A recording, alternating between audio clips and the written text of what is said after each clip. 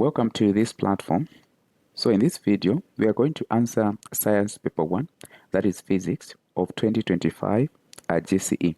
This paper was written on 5th August 2025. Yeah, and I should say it was very simple.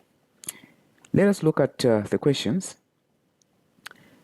So here was the first question, but very important, let us understand the instruction first. So this paper is made up of 3 sections. So section A, which is 20 marks, and in this one you find multiple choice questions. All right. So let us look at the first question in this case. So the first question reads, that is A1. Elena measured the diameter of a test tube and obtained 1.5 multiplied 10 negative 5 millimeter. What is the value obtained in decimal form? What is the value obtained in decimal form? So, to understand the value in decimal form, look at what was the power. So, the power was negative 3. So, in other words, in front, even not going that, you can just try out and look at this. The first one, if you just move, to make this one 1.5, you just move how many steps? Only 1. So, this is not the answer. This one 1, 2, not the answer. This one 1, 2, 3. So this is the answer. 1, 2, 3, 4. This is not the answer. So the answer therefore here is C. So in decimal form, 1.5 to the power 1.5 multiplied 10 to the power negative 1, negative 3 I mean, is C, which is 0.0015. Let us look at the second question. A car traveling at 10 meters per second, so that was the initial velocity, increases the velocity, this is the final, this is the time taken. So a car traveling at 10 meters per second increases the velocity to 30 meters per second in 5 seconds. What is acceleration? Acceleration is equal to final minus initial divide time. The final was 30 minus 10 divide 5. So that is just 20 divide 5. And you know that this is 4 meters per second square. I guess you get a thing. All right, let us look at the third question. The displacement time graph shows the motion of a cyclist. So as you can see, what was the speed of a cyclist at 4 seconds? Now, where is 4 seconds? 4 seconds, you expect it to be right this side. Now, if you understand this is the displacement, and of course, this is time. When you see a graph moving like this, just know that this is the uniform speed. Now, uniform speed, it means at all point, at this point, at this point, at this point, at this point, at that point, speed is just the same. We do not have 4 seconds at any point here where we can visibly see its distance, but one thing you should know is that along this line there is uniform speed. So if you find it at any point, still be the same.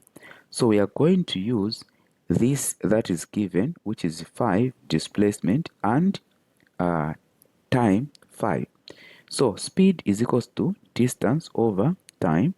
So distance is 5 meters, time is 5 seconds. At this point, this gives us 1 meter per second, and therefore the speed is 1 meter per second. I guess you've gotten a thing. Let's proceed to the fourth question. The energy output of a generator depends on its efficiency and the energy input. Which of the set is the correct values, or which of the set value is correct? So what does it mean?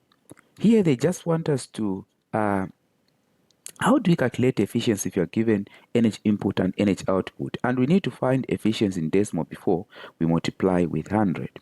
So efficiency is equals to energy output divide energy input.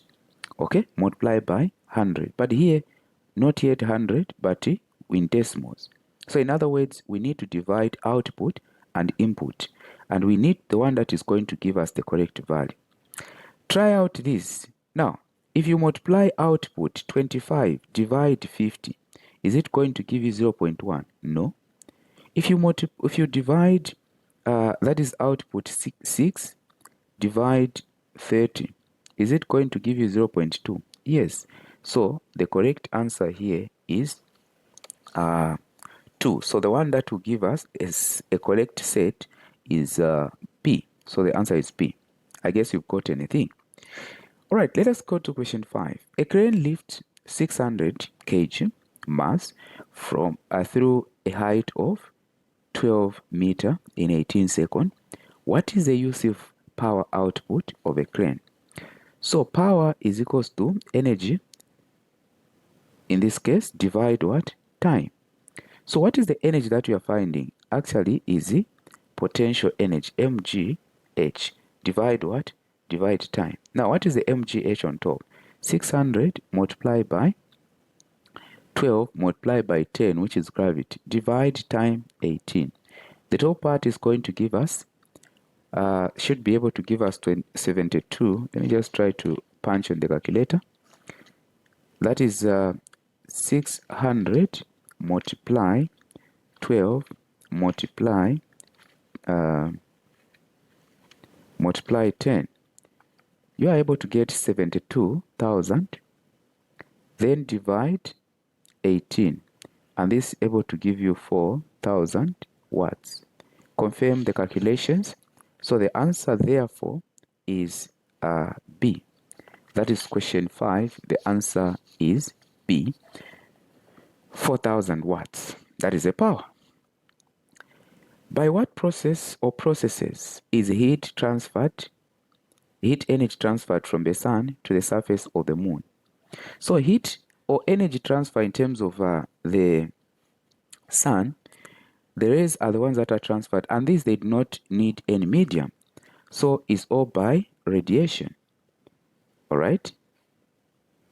Then let us look at question 7. What happened to the speed, wavelength, and speed of water? What happened to speed, wavelength, and frequency of water wave when it moves from a deeper end to shallow end? What really happened? So now, one thing that you should know is that when or the speed of a wave depend on depth of water. How deep the water is. The deeper the water, the higher the speed. So when the depth reduces, speed reduces. So you expect what happened to speed, water wave, and frequency of water when it moves from deeper to shallower. So expect the speed to reduce. So in other words, these are not answers, but the one that has speed to reduce, so speed reduces. Then for the wavelength, it also reduces. When speed reduces, also wavelength reduces. Then for frequency is not dependent on the depth of water, but instead it is influenced, or is not influenced by the depth of water, but instead what influences the frequency is the source. I guess you've gotten a thing. So here the speed reduces, wavelength reduces, and frequency remains the same. So the answer is C. Up to question 8, water waves were produced in a ripple tank using a vibrator of frequency 6 Hz. Which of the following values of speed and wave could have the wave, or could the wave have had? So to answer this question very easily, you look at what connects speed, wavelength, and frequency. Is speed is equals to frequency, wavelength. So now here, we want to see how or which set give us the value of 6 as frequency. So in other words, we make frequency the subject.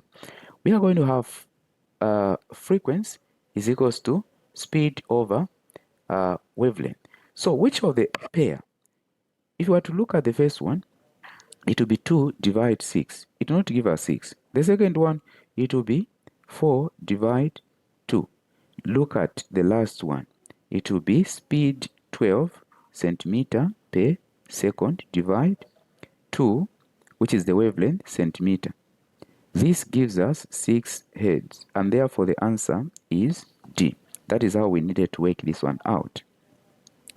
Sound waves are being produced by the radio loudspeaker.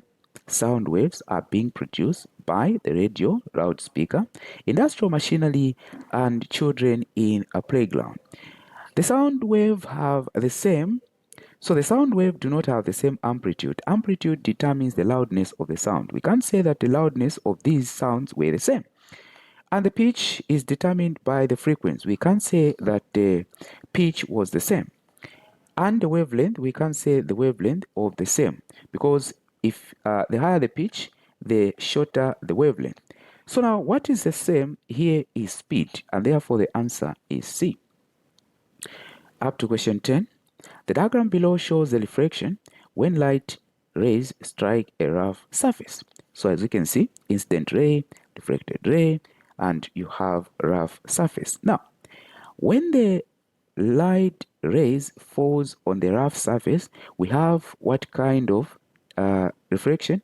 It is called diffuse or irregular refraction. So here the answer is B. Okay, let us look at question 11. The diagram below shows a boy standing 3 meters away from the plane mirror. He then moves 1 meter closer to the mirror. So standing 3 meters away from the mirror. Now, one thing you should understand is that characteristics of the image formed. So for question 11, let us answer question 11. So you're saying, the diagram below shows a boy standing 3 meters away from the plane mirror. He then moves 1 meter closer to the mirror, as you can see, the mirror and the boy. Now, one thing you should know here are the characteristics of the image formed in the mirror. One of the characteristics is that the image or the object is always equidistant. I mean, the image is equidistant to, in other words, the distance where the object is and where the image is are the same. So here where the boy is standing 3 meters away from the mirror, even the image is 3 meters away behind. I guess you get that. When he draws closer 1 meter, which means the distance has reduced to 2 meters, and therefore even the image has drawn closer 1 meter. So in other words, here the answer is 2 meters, which is A. Let us proceed and look at question 12. So for question 12, which of the following is a characteristic of the image formed by the plane mirror? Diminished? No. They are same size. Magnified? No. Real? No. It is virtual. So the answer is D. Up to question 13. Which of the following best compares the magnetic property of iron and steel? Now, iron and steel, when you look at magnetism, these are the ones that you study in terms of their properties. And one thing that you should know is that iron makes a soft magnet and of course a strong magnet. But for steel, it makes a hard magnet or permanent magnet, but yet weak. It is easy to magnetize, that is for iron, and easy to demagnetize. Steel, it is difficult to magnetize and difficult to demagnetize. And therefore here we are looking for iron easy to magnetize. So whatever has difficult, no. Difficult, no. Easy to magnetize, yes. Let us look at on the other one. This one does not form a temporal magnet, it forms a permanent magnet. This leaves us with the answer D.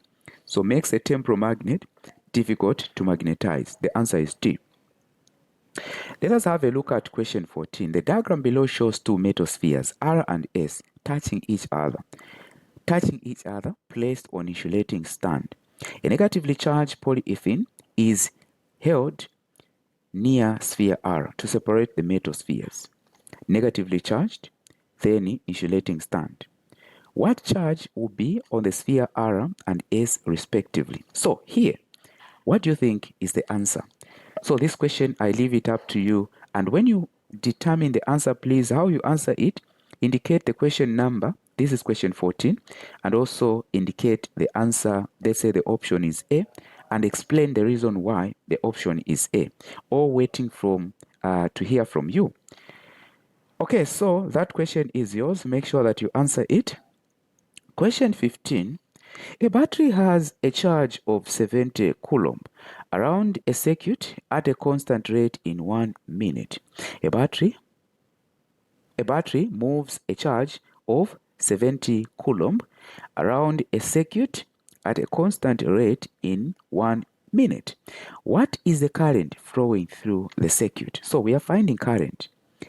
Now we need to look at what do you use to find current when you are given charge. So current when you are given charge is equals to charge is Q divide time in seconds. So now, what is the charge? It is 70 coulomb. Now, we are given a minute. A minute in second is 60 seconds. So use minutes. Use seconds. So divide 60 seconds. And this we are going to have 1.17 current is measured in amps. So that is the answer to this question. All right? So the answer here is D. Let us look at question 16. Two resistors of 12 ohms, 24 ohms are arranged in parallel. A 4 ohm current flow through a 4 amps current flow through a 12 ohms. Two resistors of 12 ohms and 24 ohms are arranged in parallel. A 4 amps current flows through 12 ohms resistor. So in other words, the current that flows only in this one is 4, not in this one, please. So here we do not know current. So we have more like current going this side, we know it, but current flowing through here, we do not know it. But remember, here at the junction, where the current was coming from, it is the current of 4 ohms plus whatever we do not know, which is the current this side. That is the total current that will come out here, or that will be on the ammeter reading. So the question is, what is the reading of the ammeter? So the ammeter measures the total current in the circuit, but how is it going to be, or what will be the total current in the circuit, or the one that will show on the ammeter? What are we going to do? So like I've already said, when current is coming from this side, when current is flowing from this side, at this junction, it split, or there's sharing of current. So in other words, we are going to have current here. We already have 4 ohms. Then this side, there going to be another current that we do not know. So there's one that we need to calculate. Then we add. So 4 amps plus what we do not know. That is what is going to be on the ammeter as the reading. So let us do this. Now, one thing you should know that these are connected in parallel. And what do they have in common? They have equal voltage. So we are going to try and find the voltage here. If you find the voltage here, that is the same voltage here. If we find the voltage here, we can use voltage and resistance to find the current here. Let us go. So let us find the voltage. So resistance is equals to voltage over current. Let us make voltage the subject. So voltage is equals to current multiply resistor. What is the current? 4. What is the resistor? 12. So what is this? 12 multiplied by 4? 48 volts. So the total voltage in the circuit is 48 volts. So the voltage here is 48 volts. Let us find the current at this point. Current is equals to voltage divide resistor. From this, I've just made current the subject. What is the voltage? 48. What is the resistor? 24. This gives us a 2 amps as current. Then we can add it now. We can add plus 2 amps. And therefore, this gives us what? 6 amps. So the answer here is B. I guess you've gotten a thing. All right, let us proceed to question 17. And they say the diagram below shows a coil in a magnetic field. As you can see, permanent magnets. When the coil forms part of a DC motor, we know we have AC and DC motor. What must be connected to J and K? So here, what must be connected? So you're going to connect what we call a split link. Split link is for AC. Question 18, a transformer is needed to convert 240 supply, so this is the primary voltage, into 6 volts. This is the secondary voltage. supply. If there are 1000 turns on the primary coil, so number of turns on the primary, how many turns should there be on a secondary coil? So what do you do? So you're going to use for that is number of turns, or we can say voltage on the primary. So you're going to say voltage on the primary divide number of turns on the primary is equals to voltage on the secondary divide voltage on the secondary. Oh, number of turns on the secondary. This is an ideal transformer. So now let us replace voltage on the primary is 240. Voltage on the secondary is 6 volts. Then what are number of turns on the primary? 1000. Here we do not know. So we cross multiply. We are going to have 240x is equals to 1000 multiplied by 6. Divide 240. So this is number of turns, please. Number of turns on the secondary. Divide 240, divide 240. So 1000 multiplied by 6 is 6000. Divide 240. The answer is 25. So here the answer is A. Then question 19. Radon gas or radon decays to polonium by emission of alpha particle. Pay attention, emission of alpha particle as shown by the following decay equation. This one. What are the values of P and Q? So we are looking at the original values, which is radon. One thing you should know that the general equation when an element decay by emitting alpha, this is the mass number, this is the atomic number.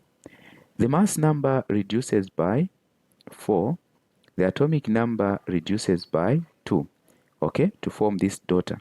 So in other words, this that you have 218, it reduced by 4. So we are looking at 218. Now going back, we add the 4. So 4 plus 218, that is 222. Then 84 plus 2, that is 86. So the answer is D. An industry buys 200 grams of radioactive sample with a half-life of 5 years. How much of the radioactive sample will remain after 20 years? So we are looking at the sample that remains. So what will remain? So now, what do you do? The calculation, use this one. That is equal to half n, where n is the sample that remains. Okay, then n is the initial sample. Then of course n is the number of half lives. Then how do you find number of half-lives? Number of half-life is equals to capital letter T divide half-life. So capital letter T is the time elapsed or time that passed, time elapsed. Then this one is the half-life. So let us calculate. So we want to find what remains. Do we have the initial? Look at the question. The industry buys. So initially it was 200 grams. So that is the initial. Equal to 1 over 2. Now, n, we can find n. N we are saying is period that elapsed. Look at this. Radioactive sample with half-life. So half-life we already know is 5. So our half-life is 5. How many radioactive sample remain after? So the time that elapsed was what? 20. So you're going to say 20 divide 5. And our n is equals to 4. So this is to the power 4. Now 1 over 2 to the power 4, we distribute the power and it's going to have 1 to the power 4, 2 to the power 4, which is just 1 over 16. 2 to the power 4 is 16, I guess. So n over 200 equal to 1 over 16. We cross multiply. We are going to have 16 n is equals to 200. Divide 16, divide 16. So 200 divide 16. 200 divide 16 Here we have 12.5. So the answer is A. That is a sample that remains. I guess you know how to go about this one. All right, this marks the end of section A. We go now into section B. Okay, section B, let us look at the instruction. You answer also all questions, and this section 45 marks. So answer all questions in this section. Write your answer in the space provided. What is question 1? Question 1 is figure B1.1 shows the many part of the measuring instruments found in the laboratory, instrument A and B. So as you can see the instrument, name the instrument A and B. So A is what you call micrometer screw gauge, micrometer screw gauge. Then B is the vernier caliper. Okay? What physical quantity is measured by instrument A and B? Now, listen here. They are not saying what physical quantity is measured by A, you write. By B, you write. No. What instrument, what physical quantity they commonly measure. So, you know that these measure distances, okay, of short distances, and that is length. So, what they measure is length. Which instrument is most suitable to measure the thickness of a razor blade? So here, the one suitable is the micrometer screw gauge. And you need to know that a micrometer screw gauge usually measure the external diameter, but the vernier caliper measures the internal and external. So take note of those and how they work. All right, so that was about question 1. Let us look at B2. Figure B2.1 shows the wooden ladder of length 4.5 inclined at a vertical height of 1.5. A ladder is used to pull 900 Newton suitcase by applying a force of, so we have the force applied and the force that it is overcoming. This that is being pulled is the force the force applied overcome. So we have load and the effort here. And load, we said, is normally the weight of the object. And the force that you apply is effort. Take note of that. Define a simple machine. So a simple machine, you can define it as the device that make work easy. But I like this one. Is the device by means of which the force applied at one point is used to overcome another force at some point in a system. This one gives me everything that I need to know about the topic. It gives me, it helped me understand that force applied is effort, and of course, what the force that effort overcome is load. So this one I go for this one. But anyway, calculate the velocity ratio of a ladder. That is for the second question. Now, when you are given an incline like this, to find the velocity ratio is distance moved by effort divide distance moved by load. So the distance moved by effort always is a slant one. Take note. And that is 4.5, that is meter, over the distance moved by load is always the vertical one, 1.5 meter. So this one, I think we should be able to find 3. So here the answer is velocity ratio is equals to distance moved by effort, distance moved by load, which is 4.5 divide 1.5. And this is going to give us a 3. And therefore the answer is 3. Okay? Let us look at the second question. Calculate the work done on packing case against gravity. So work done against gravity, that is the saying, calculate the work done on the packing case against gravity. So work done, we calculate it here. So we are going to use the force applied, not weight. Don't use 900. This is the weight. Use the force applied and the distance it moves. That is work done by that is work done on the parking case against gravity. So work done is equals to force times the distance. What is the force? The force is 450 Newton. Multiply by, what is the distance? 4.5 meter. So distance has to be in meter. So in this case, how do you then find? So we are going to multiply 4.5 multiplied by 4.5 multiplied by 450, and this is going to give us 2025. So this is 2025. That is Joule. Okay, 2025 Joule. And what a coincidence. All right, calculate the efficiency. How do you find the efficiency? So efficiency, if you are given such, efficiency is equals to mechanical advantage over velocity ratio multiplied by 100. All right, we have the velocity ratio, but we do not have mechanical advantage. So let us find mechanical advantage first. Mechanical advantage is load over effort, ratio of load over effort. Now, if I were to go back to the diagram, the load is that is the load 900 and the effort is 450. So let us calculate. So load is 900, then effort is 450. This is just 2. So velocity ratio, mechanical advantage is what? 2. And we can replace now.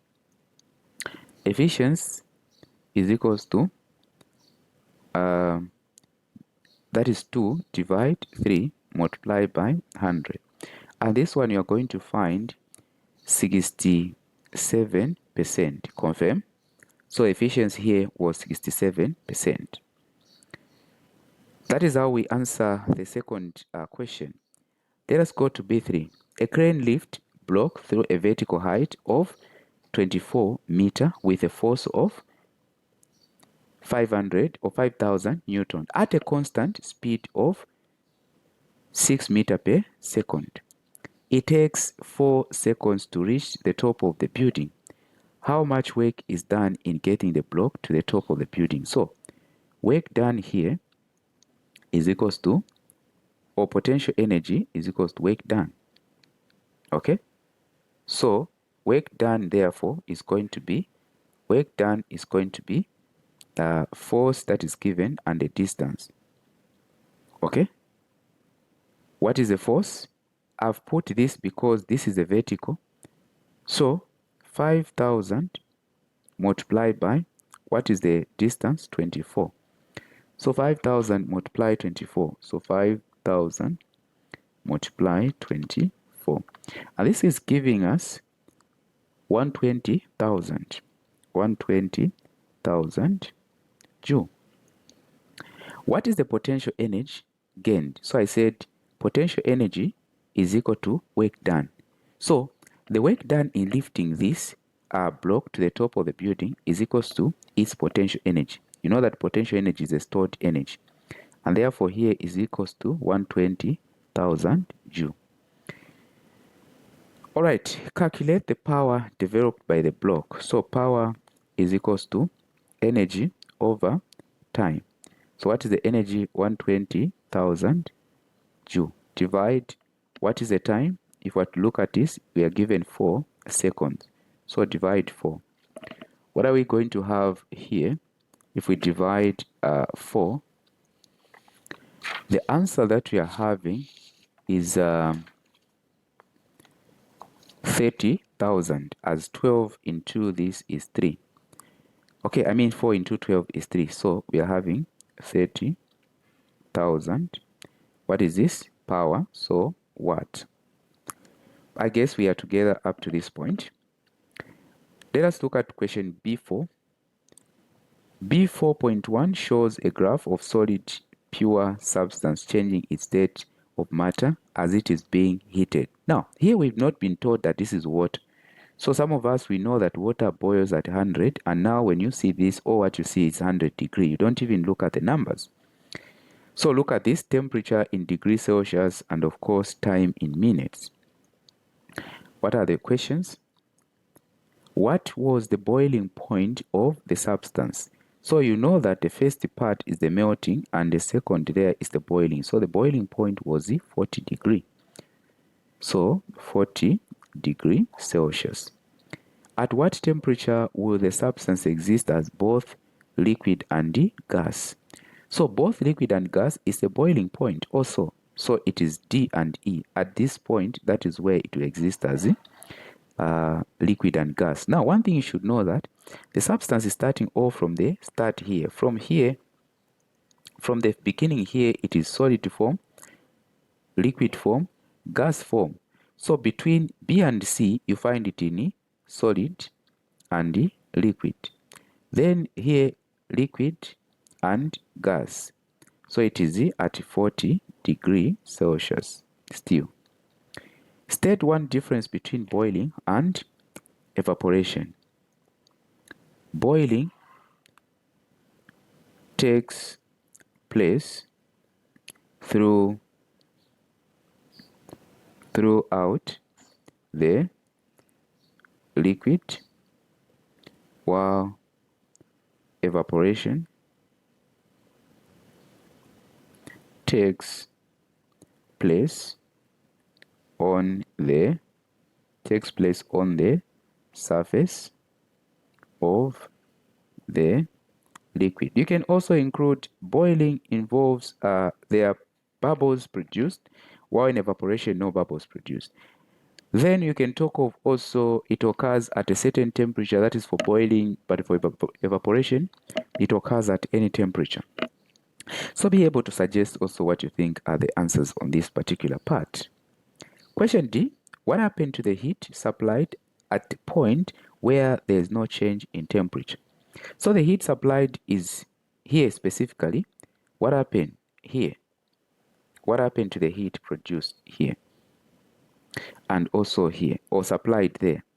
So the heat is used in breaking of bonds. The heat applied is used in breaking of bonds between particles, and not to raise the temperature. Okay. That is how we answer that question. And let us go to B5. The diagram below shows waves of frequency 40 Hz. So wave of frequency 40 Hz. Define an amplitude. So the amplitude is just maximum displacement. Is the maximum, let me start with, is the maximum displacement of a particle from its resting position. That is what we call an amplitude. And of course, it's denoted by A, measured in meter. Calculate the speed of the wave. Now, when you are given this is the wavelength. We've been given that this is a wavelength. Shows a wave with a frequency. So shows a wave with a frequency. So that is the wavelength. So to calculate the speed is equals to, what are we given? The wavelength is 1.5. Then we are given the frequency, which is 40 Hz. So you can calculate the speed, simply saying frequency times the wavelength. So here we are going to have 1.5 multiplied by 40. 1.5 multiplied by 40, it is going to give us, that is 60 meter per second. 1.5 multiply 40. Okay, this is going to give us 60 meter per second. That is how you find it. Find the period of the wave. That is question C. Find the period of the wave. So period of a wave, what are we given? Here on the question we are given frequency. So there's a relationship that is there between period and frequency. So period is equals to 1 over frequency. So you're going to have 1 over 40, and that is going to give us what? 1 divide 40. 1 divide 40 is 0.025 seconds. 0.05 seconds. That is the answer to this question. So we can write here 0.025 seconds. Okay, we go to question 5. Figure B6.1 shows a ray of light in a semicircular glass block. As you can see, this is a glass block. Define the critical angle. What is the critical angle? Critical angle is the angle of what? Angle of incidence. Angle of incidence at which the angle of refraction, or when the angle of refraction is 90 degree. That is what you call a critical angle. So critical angle is just the angle of incidence at which the angle of refraction is 90 degree, or is the angle of incidence when the angle of refraction is 90 degree. Explain why the ray of light entering glass at A is not refracted. So the one that enters at A, like here, is not refracted, but instead it is reflected. So this is what we call internal total what? Refraction. Internal total refraction is reflected within the medium, and that can only be if the angle of incidence is beyond the critical angle. If the angle of incidence is beyond the critical angle, then that is when this happens.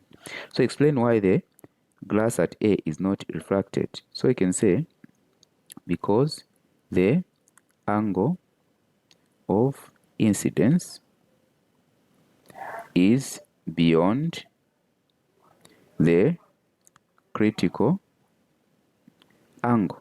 At that point, internal total reflection occurs. Now, here, what could be your answer? Explain why the ray AB is reflected at B and not refracted. AB is reflected and not refracted. This same answer applies here. Okay? Because the angle of incidence is beyond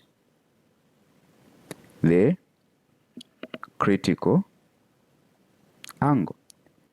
When it is beyond, internal total reflection occurs. Okay. Then D, on the diagram, complete ray CB to show the approximate path it takes as it leaves the glass. So they are saying this CB on the diagram, we approximate how it will come out. So you need to know that it is moving from dense medium to less dense medium. So you expect it to be refracted away from the normal. So it was supposed to come out straight that way, but it's going to be refracted that way. So that is how it will come out. Okay, so that is the answer for that is D. Okay. Then question B7, that is on magnetism. B7.1 shows a soft iron bar magnet. Draw magnetic field lines from the pole of magnet shown in B7.1. So magnetic field lines runs from north to south. They run from north to south. So you put the arrows there. Even you put the arrows here as they are going this side. Then you can put this, put something like this. Okay. Then even here you can put, no, they are not entering. They are going out like this. Okay. So that is how you can present it. You can put more than one.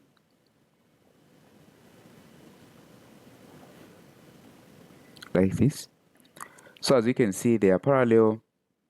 So here, just make sure that you draw them nicely. They are parallel to each other, and also they run from north to south. So give two characteristics or property of magnetic field lines. So one, they run from north to south. And this is very important property in identifying the poles. So in the case they ask you which one is north, which one is south, if they just give you the magnetic, show you the magnetic field lines, you should be able to identify. So they run from north to south. Then they are parallel to each other, which means they never meet. Okay? So these are the properties. Then B, state two effect of poles of a magnet, state two effect of the poles of a magnet have on the poles of other magnet. State two effect the poles of magnet have on the other poles of magnet. So one, like poles repel, unlike poles attract. What could be the other effect? Okay, what could be the other effect? So that question is yours. Like poles repel, unlike poles attract. Okay, let us go to B8. The diagram shows the cathode ray oscilloscope. It shows the cathode ray oscilloscope. Name the parts labeled A and B. So the part labeled A and B, what are the parts? So for the part labeled A is what we call control grid. What is the part labeled B? The part labeled B is the anode. Anode. Let me just write it properly. Anode. Okay. Then state the function of the part labeled C. So the part labeled C is diffracting electrons up and down. What is the part labeled C? So we are saying diffracting electrons up and down. Now the question to you is, what is the part labeled C? If it is used in diffracting or it functions in diffracting electrons up and down, what is the part labeled C? Then state how electrons are produced in the cathode ray oscilloscope. So they are produced by what we call fermi-ionic emission. Okay, fermi-ionic emission. This occurs by heating the cathode filament. So by heating a cathode,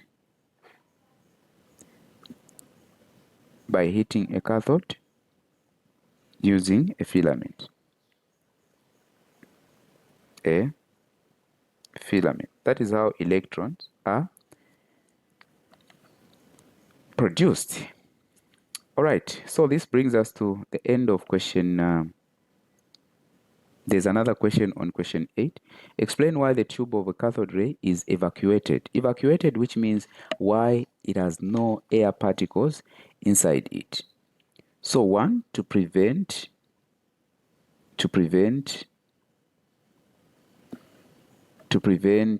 gas interference.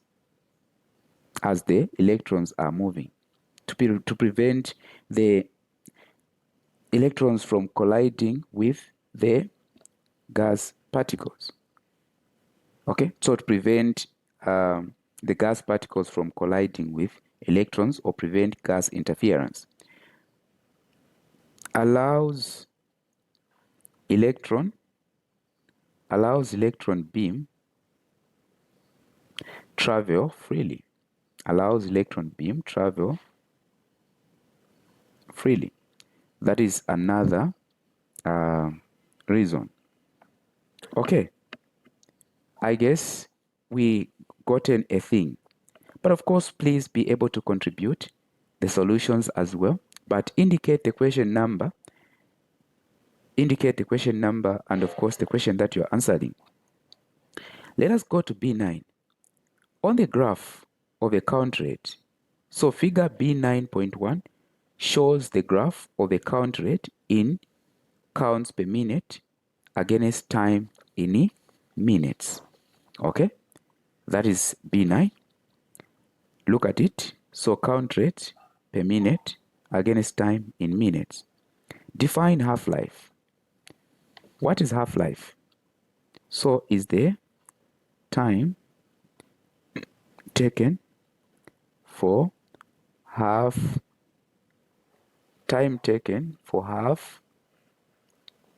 the amount of radioactive substance or sample to decay, or the time taken for half of the sample activity to decay. So however you define this, quite a number of definition. I mean, it's not only this one, but you have other definitions that you can put here. So also as you go through, make sure that you write your own definition. Indicate that you're answering the question on half-life. Use a graph to determine the half-life of radioactive sample. Okay, so to use the graph to determine half-life. So half-life, you're saying the time taken for half of the sample to decay. So original amount of a sample was 12. Half of 12 is 6. So at 6, if we were to follow it here, the time was 2 seconds. I mean, the time was 2 minutes. So half-life is equals to half-life 1 plus half-life 2, then divide 2. We find the average. So half-life 1, we found it to be 2. That is the time here. Then as for 6, let us find half of 6. Half of 6 is 3. So at 3, what was the time? From here up to there, it was also 2 seconds. So 2 minutes plus 2 minutes, then divide 2. This is still going to give us the half-life of what? Of 2. So the half-life is 2 minutes. So half-life for this one is what? 2 minutes. Okay, so that is how we can determine the half-life. So half-life here is equals to half-life 1 plus half-life 2 divide a 2. This is the 2 plus 2 divide 2, which gives us a 2 minutes. Okay. Then give two effects of radioactive substance on the environment. So it causes infertility.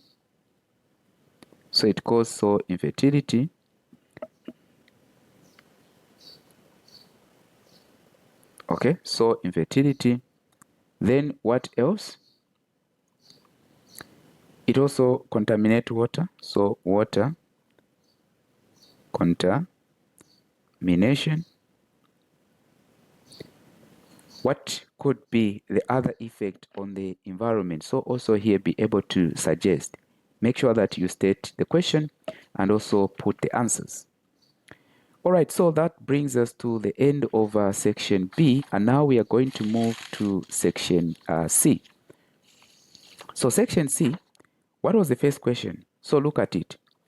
Section C, 20 marks. You are allowed to choose 2 questions. So answer any 2 questions, any from this section. Write your answers in the space provided in this question paper from page 18 to 22. Write your number for the question you have chosen. And I should mention that it is not as usual the way it used to come. This time around, the answer sheet is the same question paper.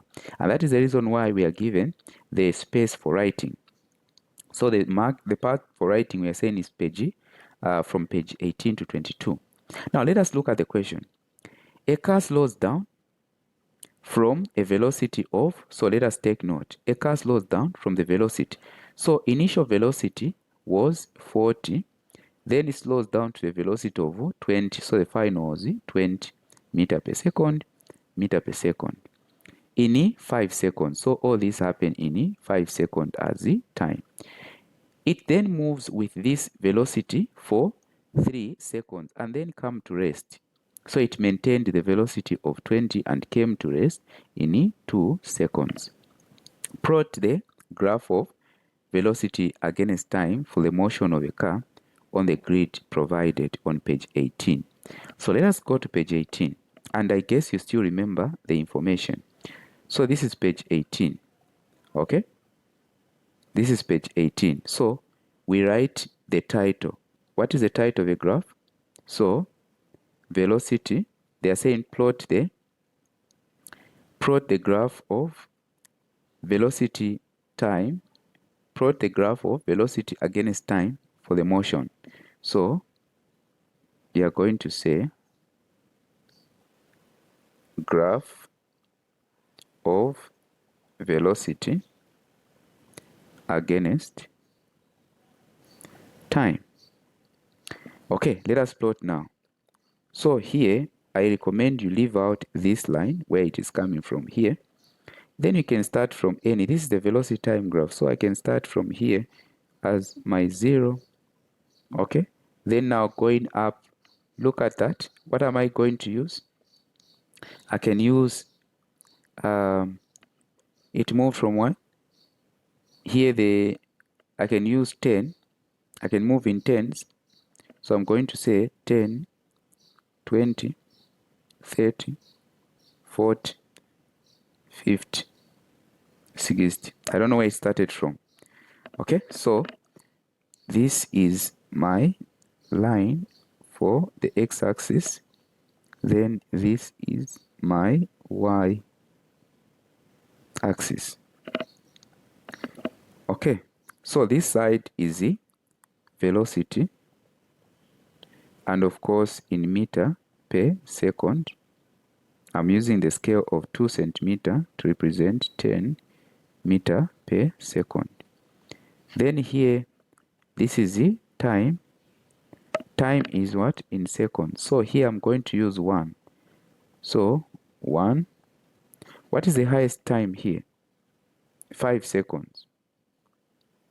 The highest time is 5 seconds. So I'm going to use 1, 2, 3, 4, 5, 6, 7, 8. So time I'll move in ones. 1, 2, 3, 4, 5, 6, 7, 8. That is in seconds. So we are saying it all started from, if we are to go back to the question, look at this. A curve slows down from the velocity of 40 meter per second to a velocity of 20. So from 40 meter per second, right here, to the velocity of 20. But in what time? 5. Pay attention to the time. In what time was this? In 5 seconds. So we are going to go at time 5. So this is how you do it. From 40 to 20, when time was what? 5 seconds. So 20 is right here and time is 5 seconds. So it moved all the way from there like this. Okay, this is 20 and maintained this velocity for how long? Maintained this velocity for I guess we are going to produce the graph that is perfect. Maintained, and it maintained this velocity for 3 seconds and came to rest in 2 seconds. Maintained the velocity for 3 seconds. So which means we are going to go from 5 up to time is 8. Okay. So now we have run out of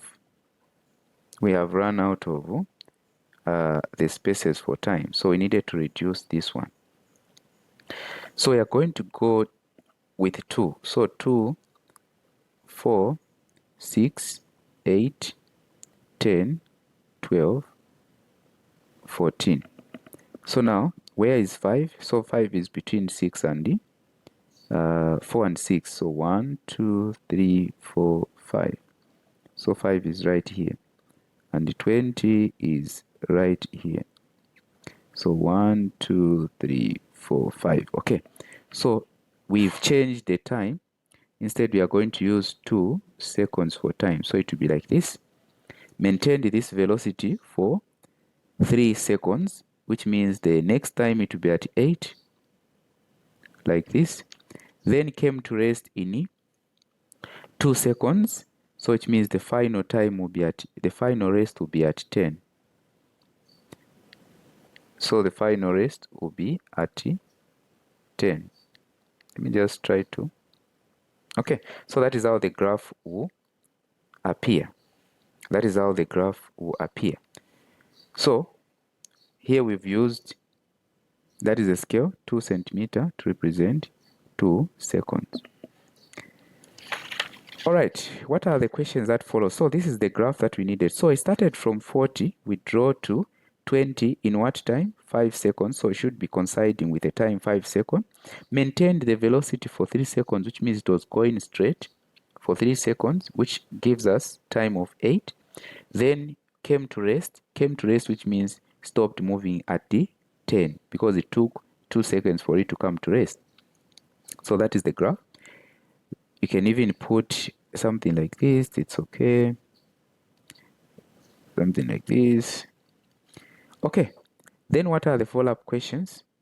Here, the follow-up questions, we have the retardation in 5 seconds. So calculate the retardation in 5 seconds. So that is question number what? Question number, so plotting the graph, we are done. Question number B1, retardation in 5 seconds. So for retardation in 5 seconds, so I'm going to put this one, B, Roman numeral 1. So retardation is acceleration. So you're going to say acceleration is equals to final minus initial over time. In 5 seconds, the initial was 40, the final was 20. So I'm going to say 20 minus 40 over time in 5. We are going to have what? We are going to have negative 20 divide 5, which is negative 4 meter per second square. Retardation is negative, so that is the answer right there. Then what is the second question? The second question is total distance covered by the car. Okay, total distance covered by the car. This is the Roman numeral 2 for B1. For B2. Total distance by the car is the total distance for the whole shape. Now, under velocity time graph, we use area, or the area under the graph is what gives us the total distance. Now, the shapes that I'm seeing here for me to find the area, I'm seeing the trapezium. This is the trapezium. And also this is the trapezium. The whole of this one, please. So I have 2 trapezium here. And I can find the area of these and add them, that is the distance. So let us find the area for the first trapezium, which is the distance, is equals to 1 over 2a plus b multiplied by height. I'm finding for the big one. Now, this shape that you are seeing, this part, the longest part, is the b. So b is equals to, from down here up to the top there is C, 40. So B is equals to 40. Then my A is this up to here, because these are opposite side, parallel. So my opposite side is A. So what is my A from here up to where it is there? My A is equals to 20.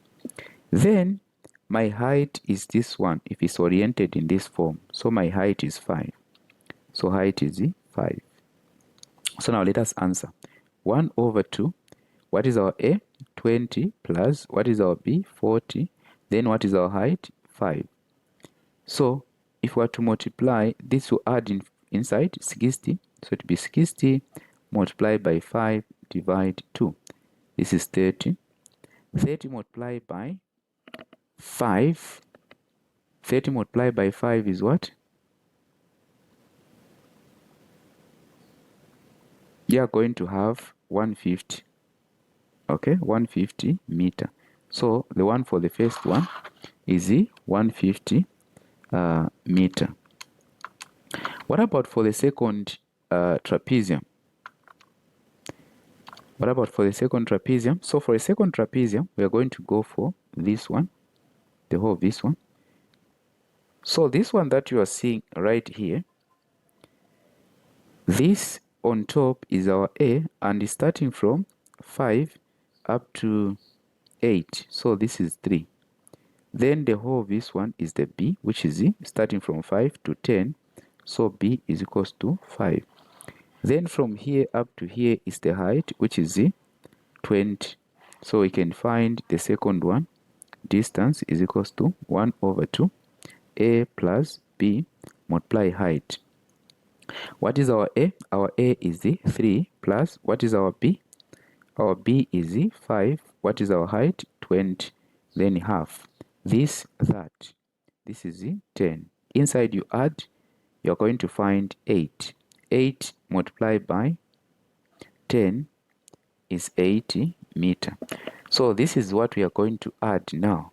So total distance is equals to 150 meter plus 80 meter. And this gives us 230 meter, if I'm not mistaken. So confirm this. So that is how you find this distance. Then the end part now, which is I think there's a last question that is for calculations here. Let me see. Total or average speed of a car. Average speed is total distance covered divide the total time taken. So average speed is equals to total distance over total time. Now here, what is the total distance? 230 meter. What is the total time? Total time is 10. So here it's just going to be 23 meter per second. That is the answer, 23 meter per second. Okay, so let us answer now question C2. Table C2.1 shows values of voltage and current recorded by Elena observing a different current passing through a torch as voltage was being observed or was being increased. State Ohm's law. So Ohm's law states that current flowing through a conductor, is directly, proportion to voltage. Direct proportion to voltage. Okay? Provided temperature remains constant. So current flowing through the conductor is direct proportion to voltage provided the temperature remains constant. Right, then they're saying plot a graph of voltage against current using the values given in table C2.1 on the grid provided on page 19. So we are going to go page 19 and see. Now here, we are going to be coming back for the values. Look at this, 2, 3, 4, 6, 8. 1, 2, that is 1, 1.5, 2, 2, 3, 4. Okay, so let us see how we can plot the graph. So here is the graph. What is the title? Graph of voltage. Graph of voltage against what? Against current. Okay, so let us plot it. So we are going to leave out a space here this side. So we are going to put it here, 0, and this will be our x-axis. Then our y-axis is going to be this one. Okay, this will be our y-axis. Okay, so how are we going to move? If you look at the way it is here, you determine the scale. Look at the voltage, the way voltage is. So voltage is moving 2, 3, 4, 6, 8. So how are we going to move? The highest number is 8. So how many boxes do we have here? 1, 2, 3, 4, 5, 6, 7, 8. So here we can move in ones. So 1, 2, 3, 4, 5, 6, 7, 8. So this side is the voltage in volts. So I'm moving in ones. So it means the scale is 2 centimeter equal to 1 volt. Then on the other side, if you look at it the way it is in terms of current is moving as 1.5, 2, 3, 4. So here I can move in the highest is what? What is the highest? The highest is 4. So let me count the boxes that we have. How many boxes are there? 1, 2, 3, 4, 5, 6, 7, 8. So I can move in 0.5. So 0.5, 0.5, which means I have 1.0, 1.5, 2, 2.5, 3, 3.5, 4. So here, in terms of current in amps, the scale is 2 centimeter to represent 0.5 amp. Now, let us graph now. The first point that we are going to graph is 1, 2. Current 1, voltage 2. So 1, 2. 1, 2. So right here. Then the second that we are going to put is 1.5, 3. 1.5, 3. 1.5, 3. So 1.5, 3, it will be here. Then the next one is 2.0, 4. So 2, 0. 2, 4. 2, 4. So where is 2, 4? 2, 4 is right here. Then the next one is, what is the next one? So we have 3, 6, 4, 8. So 3, 6, 4, 8. 3, 6, 4, 8. So 3, 6 right here. Then we have 4, 8. 4, 8.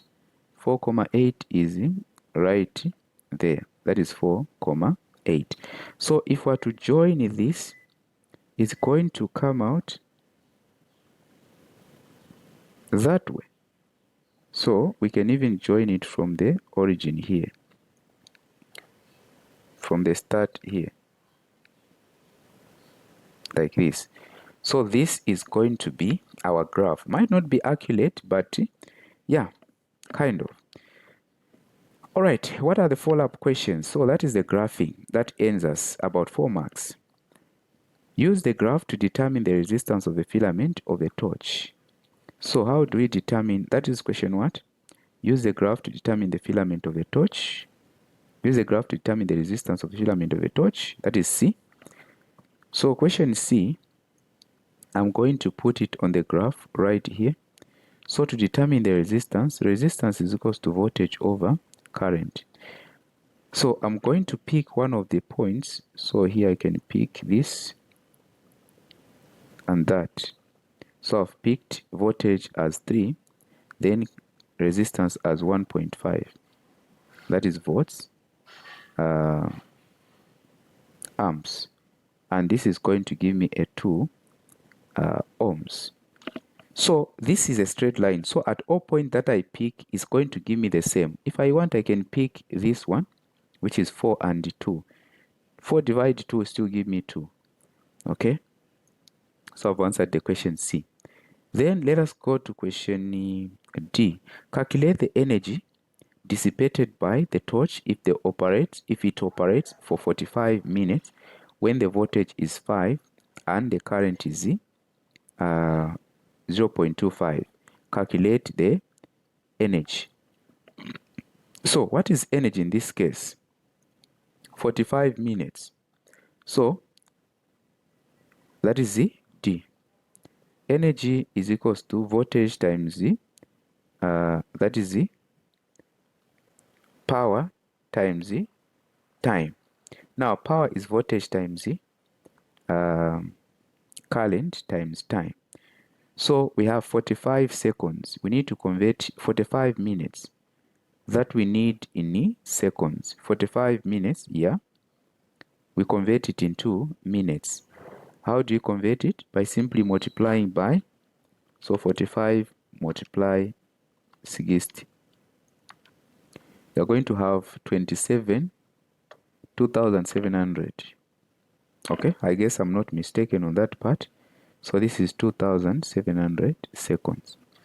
So you're going to have voltage. What is the voltage? The voltage in this case that is given is 5 volts, 0.25. 5 volts, 0.25. So voltage is 5, current is 0.25.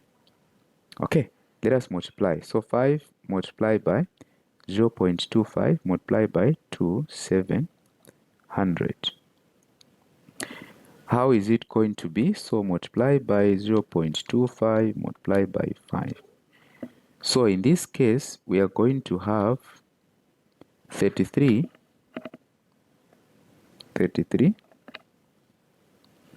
75. What are we calculating? Energy, joule of energy. Okay, that is what we are going to have. Then the other question I think should be the last question here. What does it mean in terms of electrical energy when the bulb is rated to 20 watts? What does it mean? This is 1 mark. So this is the question that I leave to you. What does it mean when it is rated 120 watts? So give a feedback on this one. Which means we are going to the last question now here. C3. A wave on a string moves through a distance of 20 meters in 0.1 seconds. Move through the distance of 20 meters. A wave on a string move through the distance of, so this is the wavelength, this is the time taken. Define longitudinal wave. So longitudinal wave is the wave whose vibration of particles are parallel to the direction of movement of wave. So direction of wave. That is what we call longitudinal wave. So longitudinal wave is the one, or is the wave whose vibration of particles are parallel to the direction of the wave. Then they're saying calculate the velocity of a wave. So velocity is equals to frequency times wavelength, or that is wavelength divide period. So what is it happening here? A distance of any, so a wave of string moves through a distance of 20 meters. So that is the wavelength, 20 meters. In 1 second, so this is a period, 0.1 seconds. Calculating the speed, you just divide 20 divide 0.1. What are you going to have? 200 meter per second. That is the speed of a wave. Okay. C, that is question C3, C. Figure C3.1 shows a vibrating string fixed at the end. So vibrating string. So it's a string vibrating. Calculate the period of the wave if the frequency vibrating is 25 Hz and velocity is this. Calculate the what? The period. So speed is equals to frequency times z, or wavelength over period. What are we given here? We are given frequency and we are given the speed, okay, which is v. Then they want us to find the period, calculate the period. So which form of this is going to work? So calculate the period of the wave given that is the frequency and given the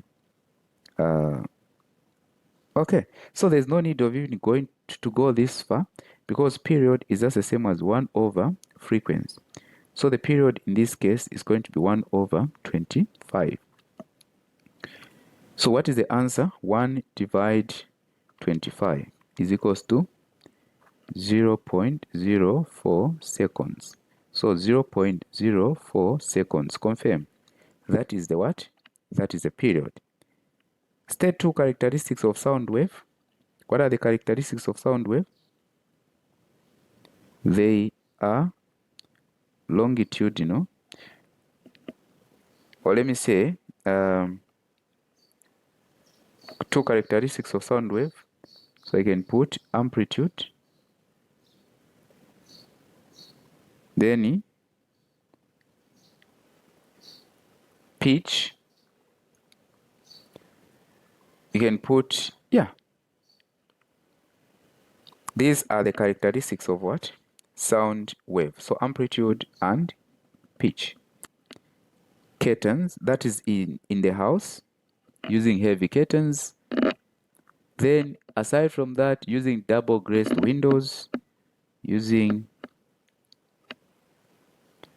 double glazed windows. Then we can talk of insulated walls.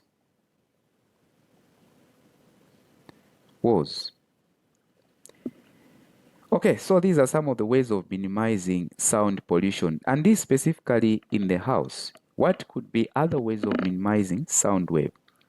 What does loudness of sound depend on? So this one depends on the amplitude. Okay.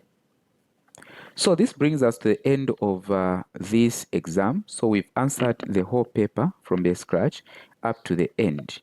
Okay, so please, as you go through, mistakes can be made at some point, errors can be made. Make sure that you comment your answers, or you look at where the mistakes would have been made. Otherwise, this is the paper that the 2025 GCE did, and of course we have spent an hour and some minutes to complete this, which is within time. All right, we've come to the end of the presentation. So please, if you've enjoyed the presentation, do not forget to subscribe to this YouTube channel for more revisions. And also, if you're watching this from Facebook, do not forget to like my page. If you're watching this from TikTok, give it a like as well. If you are interested in the online lessons and physical lessons, you can contact the number 0976 402 563. We are found in Kabwata, just near Kabwata Primary. That is our physical location. Online lessons start end of October. So if you want to register for 2026 GCE lessons, you are free to get in touch. Otherwise, we can end here and see you in the next one.